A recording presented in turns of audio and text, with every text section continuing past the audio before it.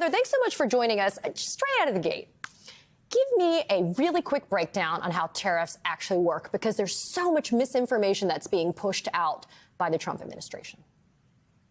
Well, tariffs in general, they're a tax on goods that come into the country. And, often we think of these as a policy that can help revitalize manufacturing or things that are made in the country. And I think what we have here is a real misunderstanding on the part of the Trump administration about what creates economic growth. During the Biden administration, we focused on doing things that would revitalize and invest in really important sectors across the country, like semiconductors and clean energy. And what we saw was this massive private investment in those new industries, creating economic opportunity all across the country.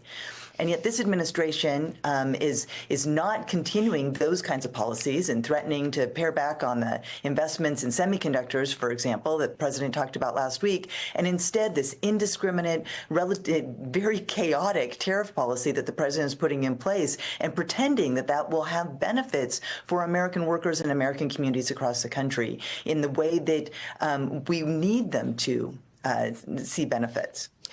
Heather, for example, the United States and Mexico have a trade agreement. Trump actually signed it in January of 2020 to get rid of NAFTA. It's called the USMCA.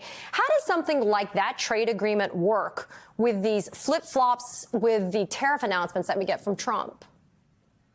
Well, it doesn't, right? I mean, we have an agreement. We've had this longstanding agreement with Canada and Mexico, and now the president is coming in and, sometimes on an hourly basis, changing his mind on what he thinks the tariff policy will be.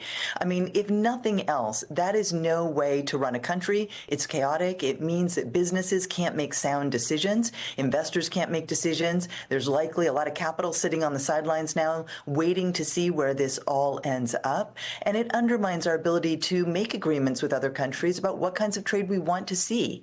I mean, there's no doubt trade is so important, but we need it to be benefiting American workers and American communities. But part of that is having sane policies that are, that are thought through and aren't in this sort of very chaotic way that the president is doing it. And let's be clear, Trump won in large part because he made promises that apparently have been empty to fix the economy. But according to a recent Reuters poll, a majority of Americans, Heather, 54%, disapprove of his moves. And we've also seen how much chaos is caused in the stock market because Trump is just all over the place when he does this. How do any of these financial and economic moves by Donald Trump benefit the American worker? Well, quite frankly, they don't. And let's be very, very clear, I think, what is happening here. The Republicans in Congress have just put forward their budget plan a couple of weeks ago, where they want to cut taxes for the richest Americans and the wealthiest corporations by over $4 trillion.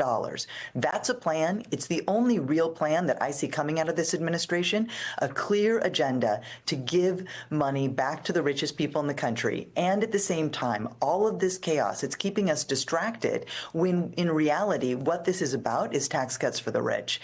And we know that those tax cuts will lead to cuts in services all across the country, the kinds of things that Elon Musk is putting in place in a very chaotic way. Those are threatened now to really have long-term implications if we see these tax cuts going into effect. I think, too, Heather, something that underscores the importance of smart, competent cabinet officials is, of course, not having somebody like Elon Musk driving the bus. But we look at our Treasury Secretary, right, who, by all admissions, is not somebody who doesn't have experience in the world of economics and finance. But how important is it then to make sure that you have a Treasury Secretary who actually tells the president, this doesn't work? This is actually hurting the American economy, and you shouldn't be doing this.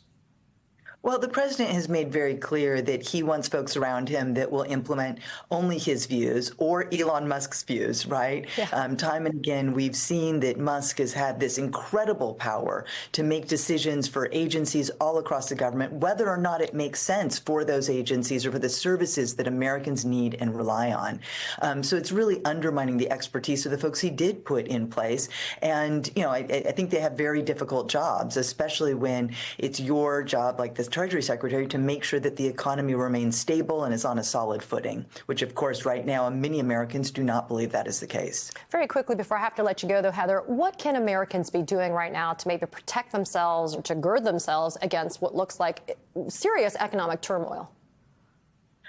Well, Americans made their decision in November, and I think many of us knew that this is what folks were told would happen. We were Yeah. told that this would be about tax cuts for the rich. The president did say that he would focus on prices and jobs, and that is certainly not what we see him focusing on. So people need to continue to, make their voices heard on things that matter. But having an economy like we saw over the previous 4 years that delivered jobs month after month, that closed economic inequality, that invested in manufacturing and cutting edge sectors that are important to economic competitiveness all across the country. Those are the kinds of the priorities that if Americans want to see, they're going to have to raise their voices.